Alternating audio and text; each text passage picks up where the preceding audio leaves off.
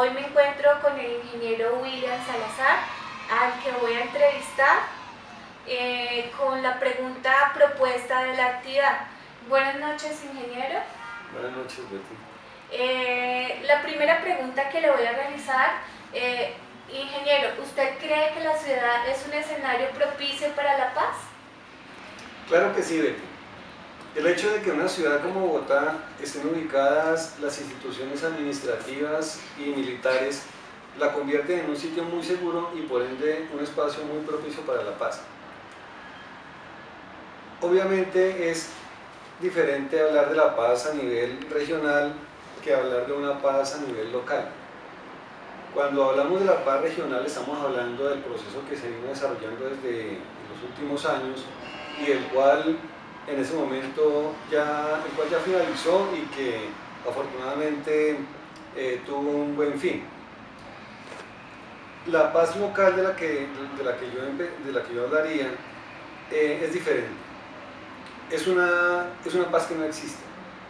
El hecho de que en una ciudad como Bogotá haya tanta gente de distintas partes, todos sabemos que aquí en Bogotá llega gente desplazada, inclusive hablan las estadísticas que diariamente llegan aproximadamente 300 personas de Venezuela, con ese fenómeno que estamos viendo ahora de la migración de la población venezolana.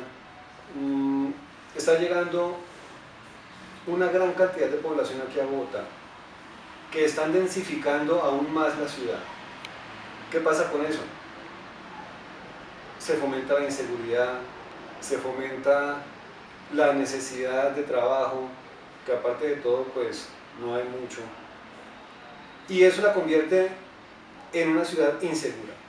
Son dos términos entonces para concluir: la inseguridad que se vive en Bogotá a diario, diferente a la paz en la que efectivamente la ciudad sí está inmersa con respecto a las zonas rurales y a los campos de Colombia, en la cual estamos empezando a tener una paz.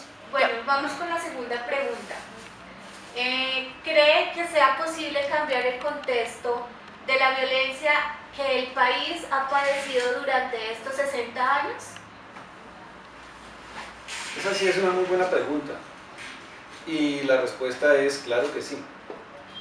El contexto de la paz de la que tanto se ha hablado en los últimos días gracias a la campaña y al proceso que ha desarrollado nuestro presidente es posible, y afortunadamente, pese a la oposición que ha habido a este respecto, se logró y se están viendo los resultados. Mucha gente es escéptica y muchos critican el resultado de este proceso, pero con el paso de los años se van a ver los resultados. Entonces, bienvenida sea la paz. Con la tercera pregunta, ¿cuál cree que sea la posible alternativa para evitar la guerra en el futuro? Una pregunta muy interesante. Hay muchas alternativas para garantizar que en los próximos años permanezcamos en paz, que es lo que estamos buscando en ese momento.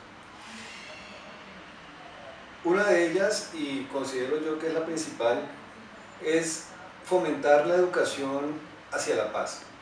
Que las personas que en ese momento están entendiendo y conociendo el proceso que se desarrolló, lo acepten y no lo rechacen como mucha gente lo está haciendo. ¿De dónde nace eso? De lo que nosotros le infundamos a nuestros hijos, a nuestras familias, y sobre todo que nosotros estemos convencidos que eso que se está desarrollando en ese momento sí va a funcionar. De ahí depende. Si nosotros estamos convencidos que la paz va a ser una realidad, efectivamente lo va a hacer. Si nosotros no estamos convencidos, van a haber muchas trabas y desde ahora se va a evidenciar un posible conflicto en los años futuros. Bueno, vamos con la última pregunta. ¿Cree usted que entender el posconflicto es la alternativa para que el proceso de paz tenga un buen desarrollo? Claro que sí. Hablábamos anteriormente que hay varias alternativas para que el proceso de paz tenga un buen fin. Una de ellas es entender el posconflicto. ¿Qué significa el posconflicto?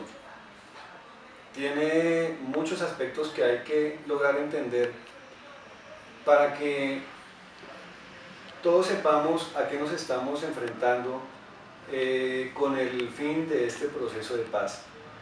¿Qué vamos a tener nosotros en adelante con este posconflicto?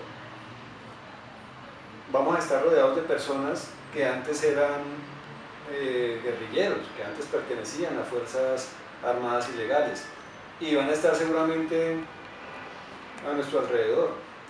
Van a estar montadas en un mismo bus, van a estar con sus hijos en los parques.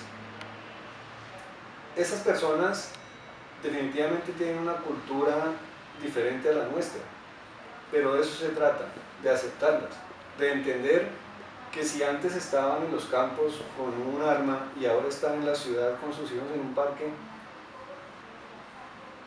de eso se trataba el proceso y a eso nos tenemos que enfrentar. Si nosotros logramos entender cada uno de esos aspectos, con seguridad el proceso de paz va a tener un buen fin, se va a desarrollar de una manera adecuada. Si no lo entendemos, si desde nuestro interior no logramos aceptar esas razones, definitivamente no vamos a tener un buen fin con ese proceso.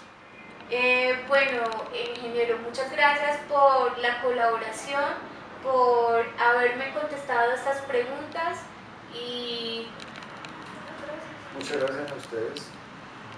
Hasta luego.